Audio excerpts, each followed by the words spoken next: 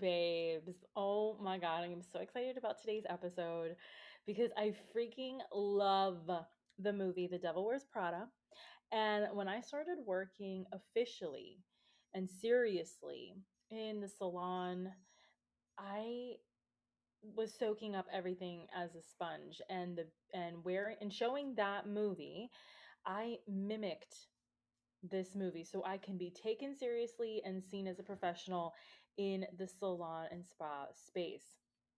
So, in this episode, I share the similarities and the differences of the movie to real life salon and spa situations. So, the importance of watching this movie is everything. And I talk about it in this episode. So, let's get to it.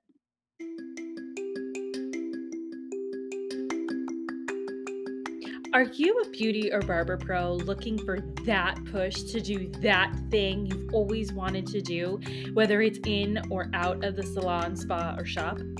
Are you tired of not feeling good enough, smart enough, skilled enough? Are you tired of not getting a handle on your mental health, boundaries, and insecurities? I'm Krystine Sherwood, the Beauty Pro Coach, an internationally certified coach, a salon and spa owner, and your personal Jiminy Cricket. I use my own experiences, good and bad, as a salon owner to help you be more self-aware, authentic, and forward-thinking in your approach to life, in and out of the salon. It's time to reach your version of success with the Beauty Pro Coach podcast.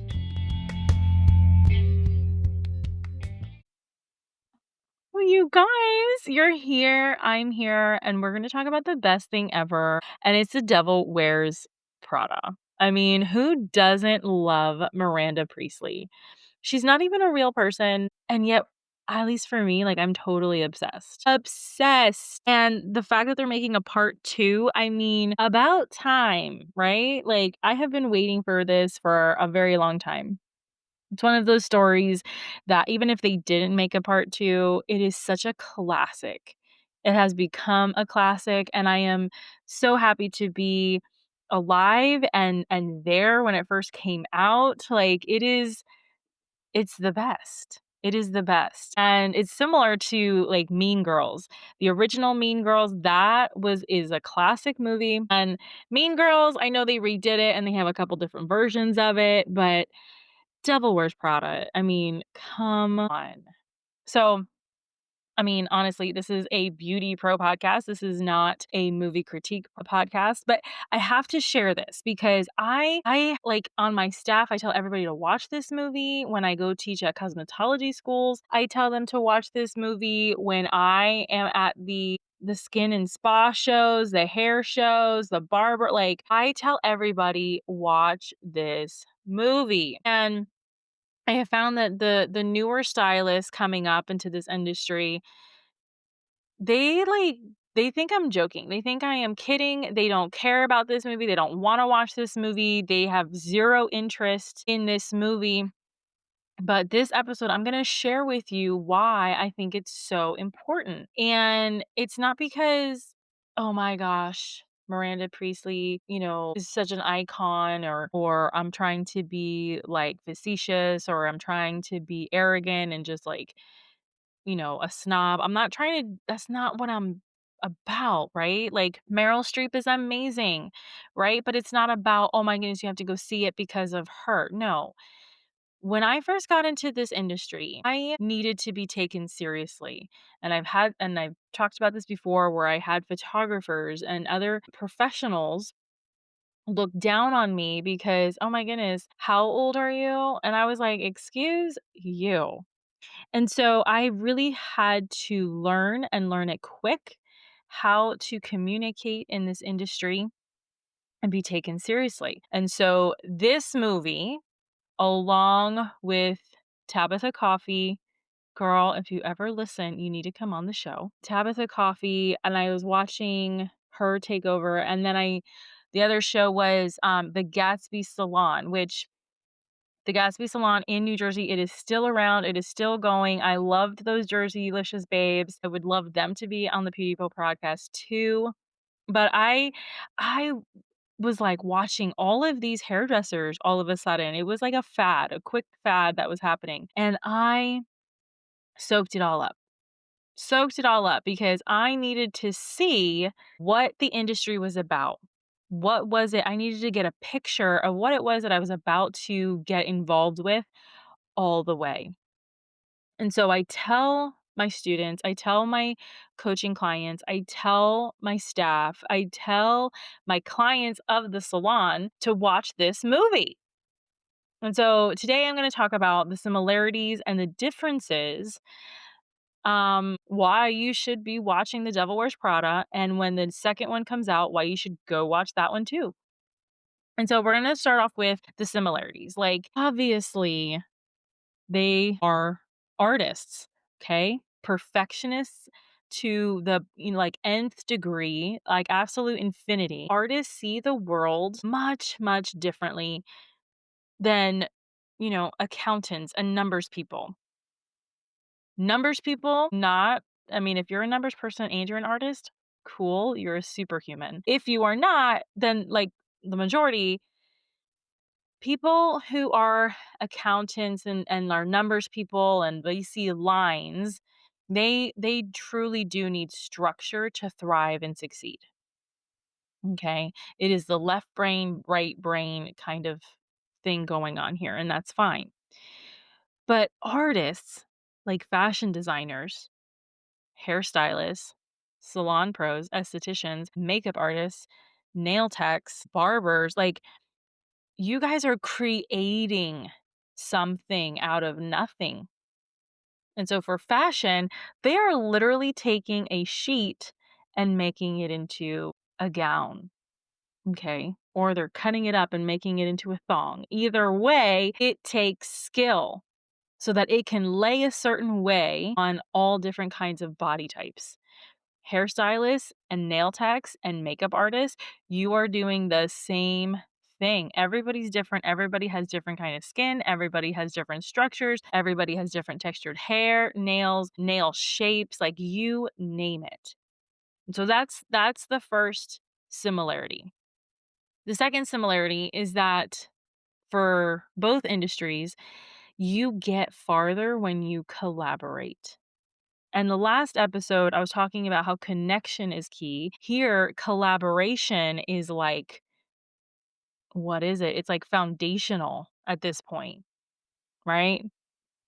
And so collaboration for both industries is both industries need photographers. You need to show off your products, show off your designs, make people be tempted by just an image.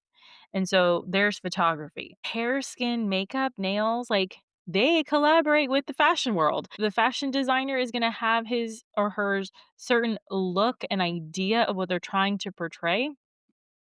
And they're going to convey that message through the clothing, the fabric, and the hair, skin, nails are gonna tell that story physically, but it's the same thing, okay? It's and then you can go even farther and collaborate, have, like, science in there and, the measurements and math and all of this stuff. So, that's the second. And the best thing about that is that art can be interpreted however you want. That's the best thing about art. Best thing. The third similarity is that it doesn't matter. All artists have egos. It could be small ego, big ego, ginormous ego. Like, y- it is so big. Like, you did one amazing thing that everybody loves, and your head explodes. Bigger than the sky. You are great, right? You're the next best thing. So that's one thing that they got going for them.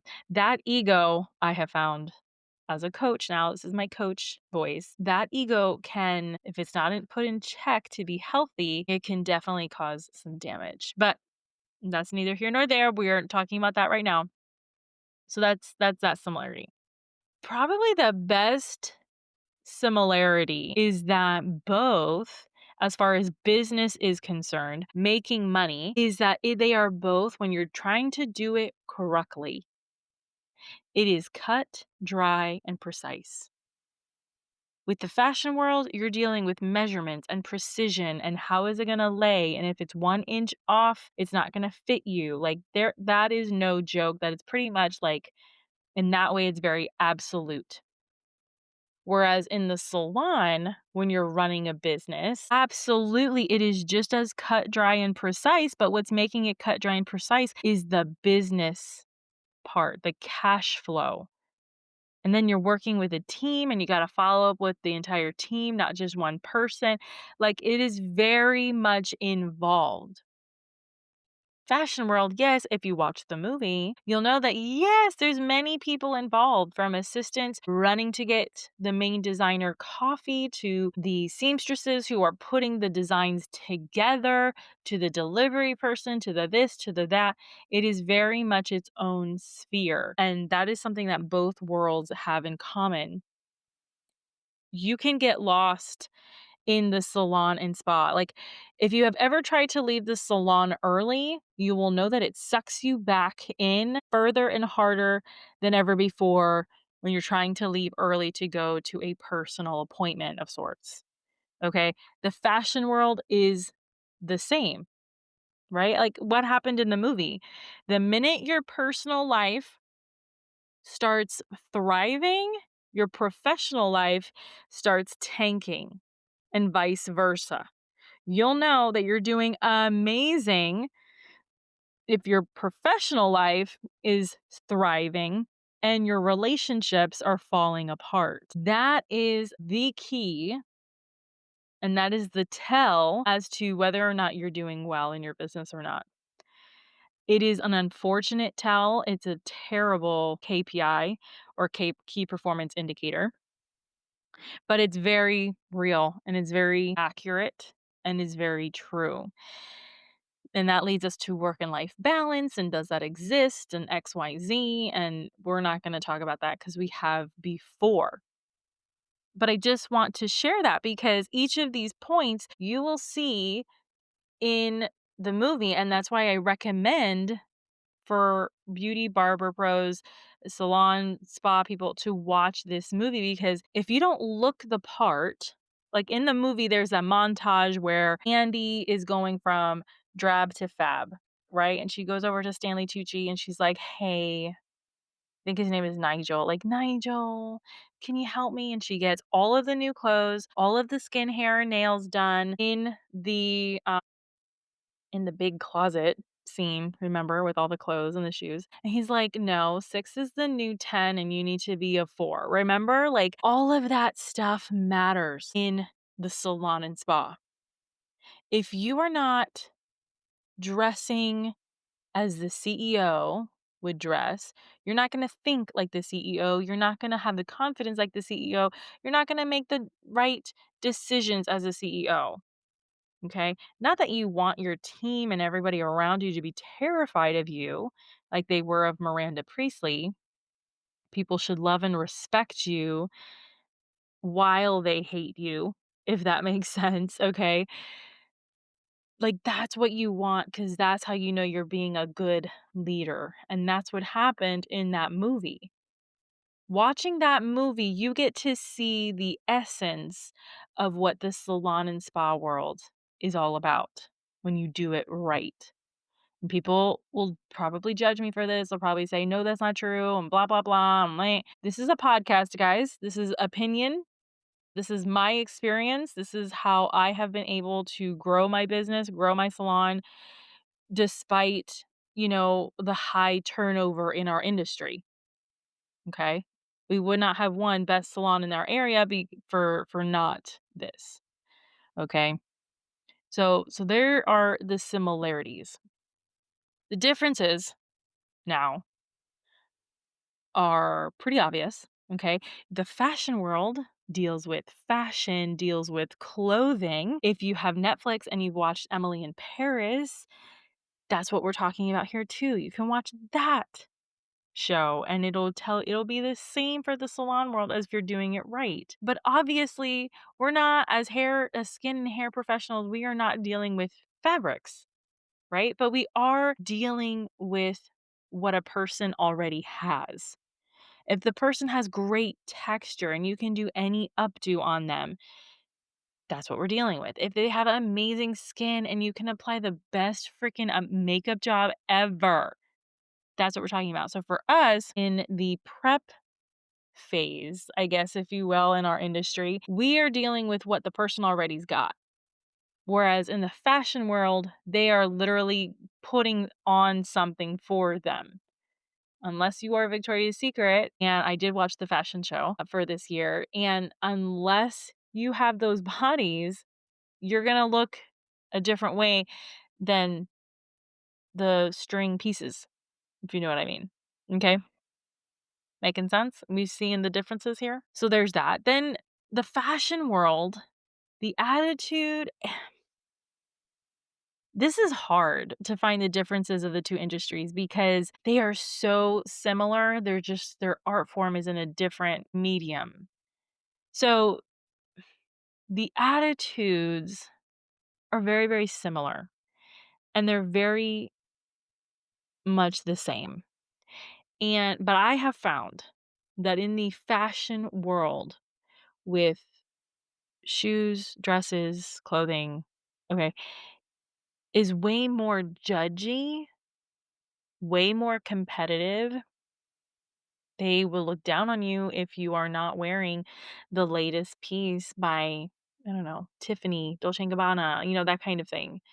Like, "Oh, you must be a peasant if you're not covered in latex." Like, a good a good those all those latex dresses that were coming out, made popular by the Kardashians, which they are an excellent example of keeping up with the times, which the Kardashians themselves, like, they have to because what are their true skills, right? Like, let's be objective, let's be real and raw, like, when they first started out, they had a clothing store and they were into fashion and they are into fashion. And if you ever look at Kim Kardashian or Chloe, like they are constantly wearing the latest looks even before it becomes popular. And they they have to do that to stay relevant to society. Okay, so they are an excellent example of what we're talking about here. And so fashion can be a lot more judgy and competitive, and so can the beauty industry. So a hairstylist, I have met quite a few celebrity stylists, and their egos are bigger than the planet, and you just cannot believe it. And you're like, for real? You're not that great. But in any case, again, we're not talking about that. But the beauty world, in our side of this whole conglomerate, right? You have those stylists who are very judgy and very competitive, and I have met them before, like I am telling you. And then you also have the stylists, which is what is more of what I'm talking about for this particular difference, is that they are way more humble because they have dealt with the high fashion models. They have been spit upon. They have been put in, fed scraps like a dog because they are working at the wedding trying to perfect this bridezilla's hair. Okay? Like, there's way more humility with hairdressing, aesthetics, nail work on people than the fashion world because the fashion world, you can literally take off the clothes and you're done with the art. Whereas the hair, the skin, the nails, like, it's gotta stay for a little while, and that's, like, the 3rd difference, so we kinda combine these. You gotta stay with what you did to the person for a little bit because of science, right? You can't keep taking off and putting on acrylic nails. You can't keep taking on and putting in, color in the hair because the hair is gonna melt, and I know that's where a lot of the wigs have come into place, but for the sake of what I'm talking about, you understand my point.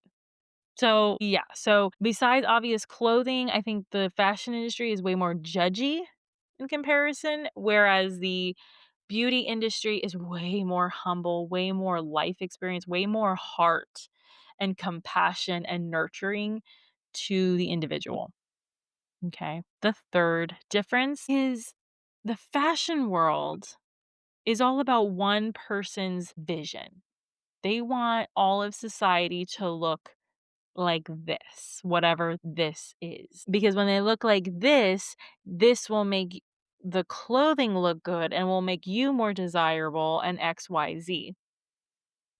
Whereas the beauty world, hair, skin, nails, it is multiple people's vision for the hair color, the haircut, the hair updo, the makeup, the skin, the nails. Like, there are way more people involved in one particular look versus the fashion, which is all about enhancing that one name, brand name's creator, right? So think Versace. Everything is going to come from Donatella's brain. Think Dolce& and Gabbana, Prada, McQueen, right? I think his name was Steve McQueen. I know, I'm not sure. But those are the heads, and they approve or deny what they want to be interpreted. J-Lo is one of these. When you look at J-Lo's clothes, you can see she wants the whole world to dress like her. And that's what I'm talking about here. So fashion kind of enhances the one person's vision for all, whereas the beauty world has everyone's vision for one. So for me, that's the biggest creative difference, and it's really interesting to see, and it keeps and I don't know, for me, I personally like the humble side better than I do like the ego side. So there's that. Then, of course, finally, it brings us to, I said this already, which is fashion isn't permanent. You can take off clothes. I mean, if anybody has a bedroom and a significant other, you know what I'm talking about. You can take off clothes, okay? Clothes make you look a certain way, feel a certain way, can portray an idea a certain way. But when you do your hair, and this could also be a similarity too, when you can't take your hair, skin, your nails, and whatever you do to them off immediately. Like, you gotta wait a little while because it's a traumatic experience for your hair, skin, or nails. You know, you can't go from a level 1 to a level 12 in 2 seconds because you won't have any hair. You know what I mean? You can't put on a whole full set of acrylics, take them off, what? You're gonna damage your nail. And so these are just the differences, but the one thing that brings it all together is the attitude. The attitude is what we're looking for, and it is so freaking similar, it is unreal, at least for me, and the attitude is all about beauty. Beauty. What we think is beauty and beautiful in this modern age, living in America, living in the Western civilization, so you got England, Paris, America, the Caribbean, like, what you think is beautiful there in these places is gonna be totally different and irrelevant to to the natives in the Philippines or the natives in Africa. Like, they do not share the same beauty standards, guys. And so half of the world is all about showing off, and the other half of the world is just about how to get a cup of water. You know what I'm saying? So it's very interesting. And I got all of this through the Devil Wears Prada movie, and we have an episode about it now. So I wanna know your thoughts. I wanna know, am I totally crazy for having this idea? Like, I don't know. I This is how my brain works. This is how I rationalize things. This is how I do pros and cons. Like, if I had to choose between the fashion industry and the beauty professional industry, I would choose the hair salon and spa and barbershop every time over the fashion world. For me personally, I like dealing with people. I like it that they humble me. I like it that they call me out within reason. Don't be rude. That is my That's my comparison. So I hope and I went pretty fast with it, so I hope that you listen to this episode, you go watch Devil Wears Prada, the first one, as soon as the second one comes out, you do it, and I wanna know, tell me on Threads, tell me on Instagram, send me an email, like, how did the Devil Wears Prada, like, influence you in your decision of becoming a beauty or barber professional? Because it definitely was form career shaping for me, and I appreciate that so much. So that is today's episode. It was a bit of a fun one. I hope you enjoyed it. And I can't wait for you to hear all of the guests coming on this year, the next several weeks up until 2026. You're going to love it. And I'm really going to do my best on being more consistent with episodes on Thursdays. Life happens, guys, and I'm really hanging by a thread, but I am trying. So watch those movies. Tell me what you think, and I'll talk to you soon.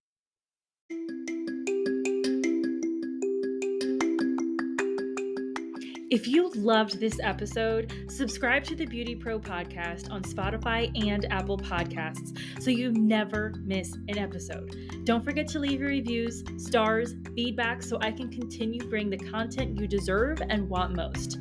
Your feedback fuels this podcast. The more you give, the more you get back. You can follow me at The BeautyPro Coach on Instagram and Facebook. Want to contact me directly? Email me at befree@goldentruthcoaching.com.